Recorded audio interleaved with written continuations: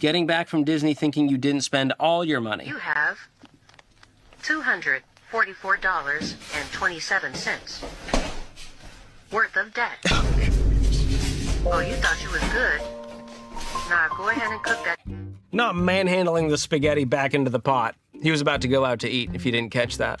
Took me a second. So, and he's got the ears, so clearly this guy either went to Disney or at least was capable enough to go find the ears online. George Kamel exposes the insane reality of going into debt on Disney vacations, which may sound amazing on paper and magical. George Kamel breaks down the numbers as well as the brutal financial reality behind these trips. Breaking it down on Debt Disaster Daily. Subscribe for more financial chaos. Most of the viewers who are watching this channel are not subscribed, so consider subscribing. You can always change your mind later. And we noticed that we reached 200 subs, so thank you all for watching. Thank you all for subscribing. Next goal is 500.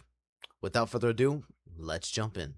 It's a tale as old as time. People come to Disney for the magic, but they end up leaving with something very unmagical: Disney debt. So today I'm reacting to a few poor unfortunate souls whose Disney dreams turned into financial nightmares. What can I say except, you're welcome. And thank you! I put my bank card in a magic wand and told my son it can get him anything at Disney. Why? Why? Dear Lord. Thanks. Oh no, what are we teaching these kids? So, we went from money doesn't grow on trees to money is invisible and infinite and a magic wand will get it to you. That's crazy. Yeah, very fun if we did this with like maybe a debit card with a limit to where the kid runs out of money like 1 hour into this vacation. And he's like, sorry kid, you're stuck with Mickey ears and a corn dog. Now I'm bippity boppity broke is the caption. That's actually good caption from Abigail. Thank you for it. But worth it. Look at that smile. Yeah. They don't realize how expensive it can. Here's the issue. It may seem fun, innocent, and whatnot, but understand that kids, toddlers especially, they're at that age where they learn a lot. It is the most where they learn a lot. If you make them do this kind of BS, they're going to think that's how things work for them. They're going to feel the entitlement. And that's going to get very, very expensive later on. People are co-signing this. Oh, this is such a good idea. I'd have to use a prepaid card with my girls, though. Put a limit. Kids need to understand mom and dad worked really hard to save up for this trip. And there's a limit. We're going to have fun with limitations. We already paid for the travel, the lodging, the tickets. We can't just go willy-nilly around the parks, hitting our magic wand against stuff. That's like supermarket sweep for kids. And if you're over 50, you understand that reference. By golly, you are right. All right, well, that's frightening. I don't know how much she actually let him use it, or if that was just for, to get some likes on Instagram, but well done, Abigail. Teaching your kid a valuable lesson that we should all avoid. My sister and I spent over $100,000 on a Disney Vacation Club contract, and yes, it expires. And we have to talk about it because I know it seems like a waste of money. If you don't know DVC, Disney Vacation Club, it's basically Disney's timeshare program. You pay a certain amount of money for a certain amount of points, and then you can spend those points on Disney resorts. You get a certain allotment of points every single year, and our contract is large enough to let us stay for a full week at the Grand Floridian in a 2-bedroom villa, which sleeps 8 or 9. There are smaller contracts and there are way bigger contracts. But yes, all in all, upfront cost, $100,000 for us. There's also maintenance fees, several $1,000s for 45 years, and those will go up in price. Add in those maintenance fees, add in everything. Yes, it's a literal crap ton of money, and our contract expires after 45 years. So why would we do this? Why would we do this? The reason we would do this is because for us, DVC makes sense. We're gonna go to Disney every single year for 45 years. We've gone every single year for the past 30 years. We could afford to pay cash. We didn't have to finance it, so there was no additional interest or cost. Wow. And we know that when we go, we want to stay in deluxe villas, aka the rooms that have full kitchen. Yeah, you guys comment down below. Who in their right mind is gonna go to Disney every single goddamn year? Consistently, by the way. Not just by word of mouth. Literally going to Disney every single year for 45 years. I want to see those comments down below. And multiple bathrooms. That's what makes sense for our family. Does it make sense for your family? Okay, 45 years is insane. I mean, they don't even give you a mortgage for that amount of time, but they will chain you to this timeshare that they've labeled with a cooler name. DVC. It doesn't make it any better. It's a timeshare, okay? You are stuck with this thing. You can't get rid of this thing. Read the fine print. You will be lucky to try to sell this thing on eBay for $100 to another Disney fan one day. Because she's right, the maintenance fees, all the stuff adds up year over year. It just gets more and more expensive. And if she did go every single year, the math works out to roughly $2,200 per trip over those 45 years. That's a lot of money to spend. And I understand it's a week. Let's say 5 nights, I don't know how long they're going. You're still talking a pretty penny to stay in this place. Now, I'll acknowledge she did pay cash, which I love. And I assume they're doing very well for themselves to be able to afford $100,000 up front and just slam it down. Yeah, what if the kids get bored of Disney, though? Then what? You guys gonna go by yourselves? I don't know, man. These are things that people just don't think. They just think about the fun for like the next 45 years. A week, by the way. A week out of that year. What is that? 350 something days? Right? They have to wait 350 something days in order for that week to come by. Oh yeah, we get to go to Disney again. For 45 years. I don't know, man. That sounds so unrealistic, but I have yet to see those comments. Can I just show you what that money could have turned into using our investment calculator? This is just the upfront cost. We're talking $100,000 sitting in that investment. Monthly contribution 0. They never add to it again. They let it grow for 45 years. Let's go with a 10% average rate of return over that time. We are at $8.8 million. Just a handful of this stuff would make me richer than the Sultan. Now, of course, they could use that money every year, so it's not going to be that high because they're actually withdrawing from it every year to go on this trip. But goodness gracious, why not just pay cash every year you want to go? You're also assuming you're going to go every single year for 45 years, be able to go, get the time off, bring the whole family. No one's going to have anything else going on by the time they're 42 years old.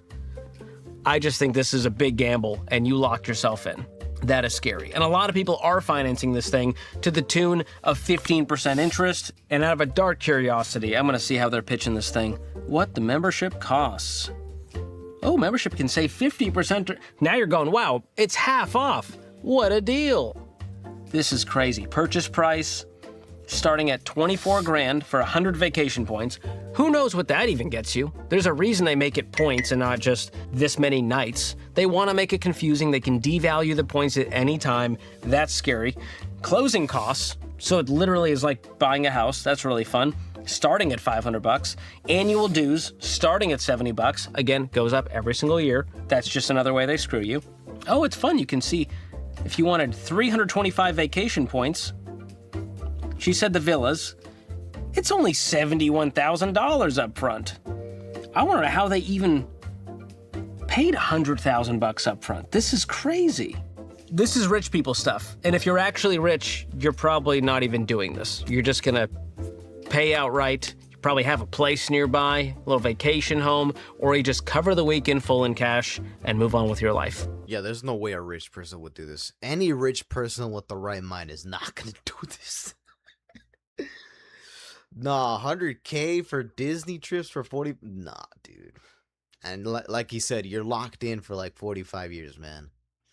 That's crazy. I'm gonna say no thanks to this. We spent over $10,000 on a no-budget family vacation to Disney World to celebrate paying off our house, and here's exactly where all that money went. If you've been here for a while, you know that we've been living on a pretty tight budget as we work to pay off our mortgage, so this splurge of a trip was so much fun, but you know I had to come home and plug it all into my spreadsheet, stare my spending in the face, and assess the damage and make sure that we weren't absolutely financially ruined. Even on a no-budget trip, I feel like we still did a great job with spending in alignment with our values. For us, that had us spending most of our money on the deluxe resort. We spent $6,200 $1,168 to spend 7 nights at the Polynesian. This resort was definitely a splurge, but it had everything we wanted. And honestly, it was amazing and no regrets. We spent $1,696 on our round trip flights, and those were the cheapest economy seats available at the time. We spent $1,230 on 2 4-day park tickets, plus an extra $194 to get lightning lanes for each day, which was 100% worth the extra cost, especially with a toddler. Definitely recommend getting the lightning lanes. Our next biggest expense was food. We spent $526 on quick food, $164 on sit-down food, and $420 on 3 different character meals. We spent $215 on souvenirs between a hat for my husband, ears for my daughter and I, a bubble wand, a candle, a mug, and some bath toys. But we did cut down on this cost by spending $185 on all of the Disney clothes and other merchandise that we wanted to buy before the trip to avoid the huge markup in the parks as much as possible. We also spent $197 on random travel costs like checking our bag, airport parking, and the shuttle to and from the resort. Overall, the total cost of our trip was $11,095, which honestly, like, yes, that is a ton of money. Don't get me wrong, but it could have been so much more. You're right, it could have been more. That's one way to make yourself feel better about dropping 11 grand in a week. But I do love the premise here. They worked their butts off to pay off their house, which tells me they probably don't have any consumer debt, and now they don't even have mortgage debt, and they're celebrating with a, I'm gonna put it in quotes, no budget trip.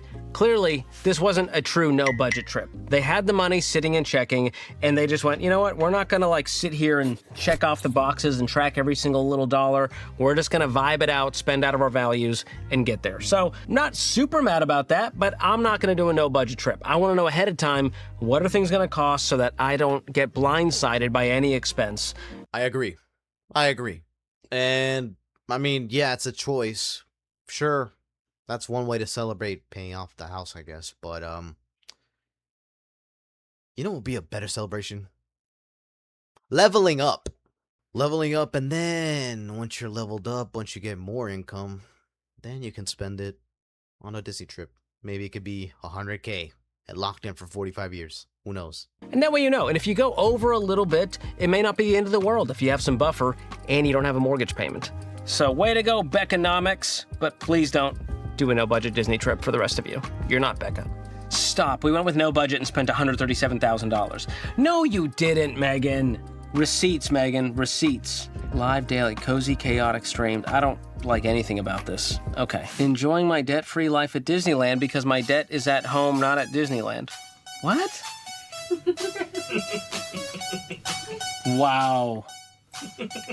We gotta love the satire. If we don't laugh, we cry. I mean, Disney is an escape of some sorts. Maybe it's the job you don't like, the family you don't like, unless they're with you, in which case they're with you. But the debt doesn't leave. Now, maybe your mind has wandered while you're on, Space Mountain. You're not thinking about your debt payments. But it's back home when you get there. So for this reason, pay off your debt before you go on a big trip like this. It's gonna make it so much sweeter.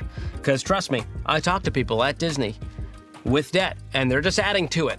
Not a lot of people who are in crippling debt who are like, oh yeah, we saved up and paid cash. Wasn't that hard? It's really hard to save up to pay for any vacation when you have a bunch of payments already. So get out of the debt first, okay? That's my one ask. But if you're gonna make some satire content, he nailed it. He nailed it. Look, nobody wants to think about looming debt when they're booking a magical makeover at the Bippity Boppity Boutique. Back to it. I was watching Disney Plus, as one teen does. I got my free trial, and it ran out. And I tried to set the clock back on my phone to 3 days previous. But Disney was too smart, and they knew I was Can I skip this bullshit, please? Please? lying about the time. So I was in desperate need of watching Hannah Montana, and no one had a login for me to use. So I may or may not have used my parents' credit card to buy Disney Plus. And I just told my mom that my subscription, like my free trial, ran over. And now I have free Disney Plus, but I don't. And I don't have $7 a month to pay my mother back. So this seems to be an issue, and I don't want to get a job.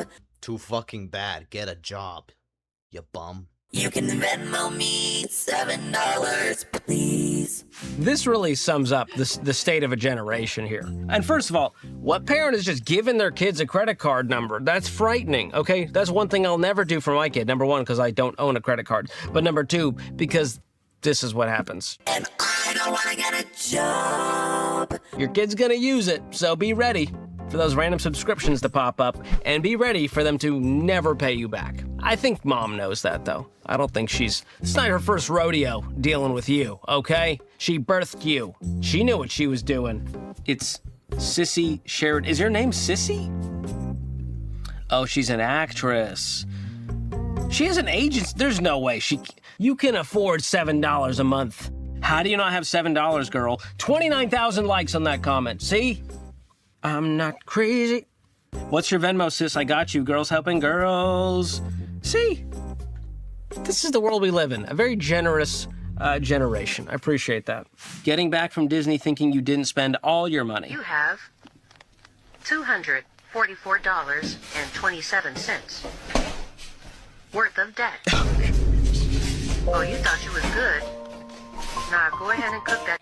Not manhandling the spaghetti back into the pot. He was about to go out to eat, if you didn't catch that. Took me a second. So, and he's got the ears, so clearly this guy either went to Disney or at least was capable enough to go find the ears online. I don't know if they sell them in store. I have no idea.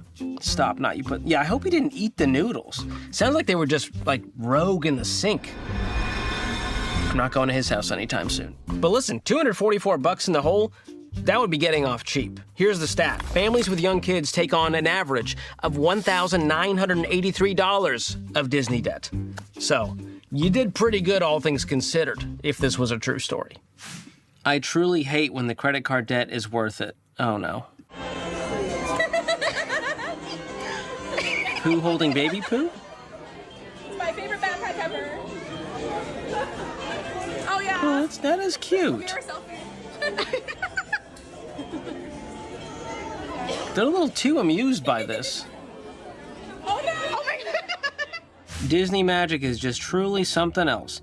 You're telling me I could go stand in the street wearing a Winnie the Pooh costume and hold a mini version of Winnie the Pooh, and people would go, worth it. It was worth going to credit card debt to see this guy hold a mini version of himself. It's not his actual child. All right, it's not like a reunion from like the guy comes home from war to the airport. He's hugging his kid. It's just Winnie the Pooh holding an inanimate stuffed animal. And there's a real dude in there, or a woman. And he's not having a good time, regardless of the smile on his face. We all know that one meme where that old guy was just smoking out and was in that Minnie the Mouse costume. I'm pretty sure many people recognize that. Yeah, most of these costume jobs, they look fun on paper. They may seem all right, but it's probably got to be the most annoying job out there. He's sweating. He is sweating in there. This is actually making me weepy. I love this so much. What is wrong with you? Winnie the Pooh is so cute. Stop it right now. This is the cutest ever. I guess I'm just not the target demo for emo. Yeah, and I guess they're not the target demo to get rich and just live in poverty for the rest of their miserable lives, dude. What the fuck? Ocean. No feelings, no emotions. Not worth it for credit card debt. Even if I paid cash for that, I'd be like, this is it? Do a backflip or something. Come on, Pooh. Overall, it was clear most of these videos were meant to be jokes, meant to be humorous. And a lot of people are saving up, paying cash for these trips. And of course, there's a handful and a lot of real people out there who are going deeply into debt for this magical experience. But there truly is nothing magical about putting your life on payments and paying for it 6 months later, 12 months later at 28% APR just for some memories. So, I fully believe that if you want to go to Disney, you should go, but you should do it with cash, on a budget, so that you don't have any regrets later on down the road. Bingo! And that's how I'm gonna leave it off. So, listen, guys. I've been to Disney, Land, World. Listen. There's nothing wrong with going on a family trip. There's nothing wrong with having some memories. But, like I said, and like I said in previous videos, if you can't pay it, don't do it. Wait until you actually have some money. Don't drown yourself in debt on a trip that's not even going to matter in the next 10, 15 years of your life. Like this trip, sure. Yeah, you'll have memories, sure. But down the road, is it going to help you pay the bills? Is it going to help you level up your game, your income, or whatever? No, it's going to bring it down. Yes, it's a distraction. It might be an scapegoat. But at the end of the day, if you cannot afford it, don't do it. I'm just going to leave it right there, folks. So, thank y'all for watching. This is Dead Disaster Daily. Subscribe for more financial chaos. Once again, thank y'all for helping us reach 200 subs. We're trying to reach 500, so keep those subs up. Don't forget to sub and like. We're out.